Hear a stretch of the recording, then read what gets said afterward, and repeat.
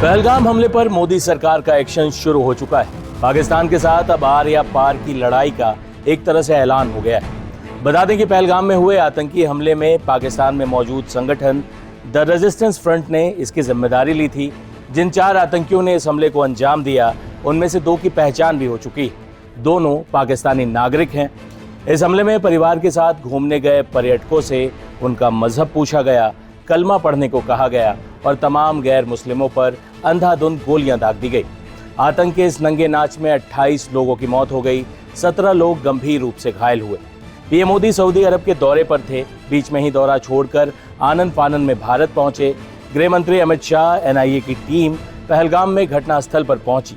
PM Modi ने airport पर ही पहलगाम हमले को लेकर बैठक की और फिर पीएम मोदी ने आज कैबिनेट कमेटी ऑन सिक्योरिटी यानी सीसीएस की बैठक में भी हिस्सा लिया, जिसमें कुछ बेहद बड़े फैसले किए गए।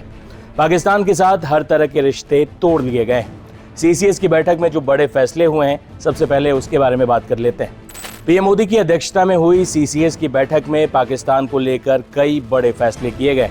विदेश सचिव विक्रम मिस्त्री ने बताया कि सीसीएस फैसले में सिंधु जल समझौते को रोक दिया गया है, जो भारत और पाकिस्तान के बीच एक अहम महत्वपूर्ण नदी समझौता था।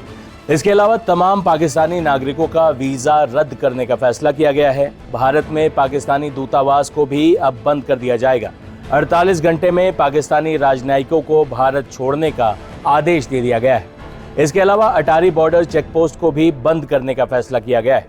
पहलगाम हमले की पूरी साजिश पाकिस्तान में रची गई। पाकिस्तान में स्थित टीआरएफ को लश्कर-ए-तैयबा का ही प्रॉक्सी यानी छद्म संगठन माना जाता है।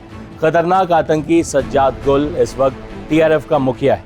कश्मीर में टीआरएफ कितना सक्रिय है, इसका अंदाजा आप 2022 की इस एनुअल रिपोर्ट से लगा सकते हैं, जो बताता है कि कश्मीर में उस साल 90 से ज़्यादा ऑपरेशन हुए, जिसमें 42 विदेशी नागरिक सहित कुल 172 आतंकी मारे गए।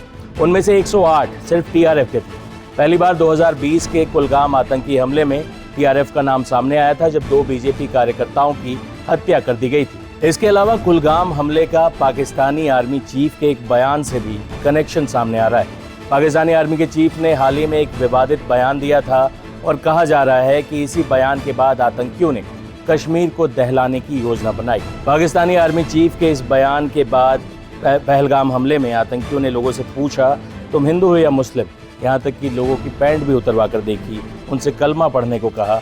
इसके बाद तमाम गैर मुस्लिमों को गोली मार दी गई। कहा जा रहा है कि ये पाकिस्तानी आर्मी चीफ के बयान का ही असर था। भारत इस हमले से न सिर्फ दुखी है, बल्कि बेहद गुस्से में भी है। पाकिस्तान से हर तरह का रिश्ता तोड़ने का ऐलान किया जा चुका है। सिंधु जल समझौता रद्द करने के भारत के फैसले पर पाकिस्तान तड़पने भी लगा है। पाकिस्तानी मंत्री फवाद चौधरी ने एक्स पर लिखा कि भारत ऐसा एक तरफा फैसला नहीं ले सकता। पाकिस्तान में अभी दहशत का माहौल है, ये सोचकर कि भारत सर्जिकल स्ट्राइक जैसी कोई बड़ी जवाबी कार्रवाई कर सकता है। वही पाकिस्तानी आर्मी चीफ के इस बड़बोलेपन का इलाज भी बेहद ज़रूरी है। पाकिस्तान में पल रहे आतंकियों का इलाज सिर्फ संधियां रद्द करने से नहीं हो पाएगा, बल्कि आतंक के इस अमर बेल की जड़ काटने का समय आ चुका है।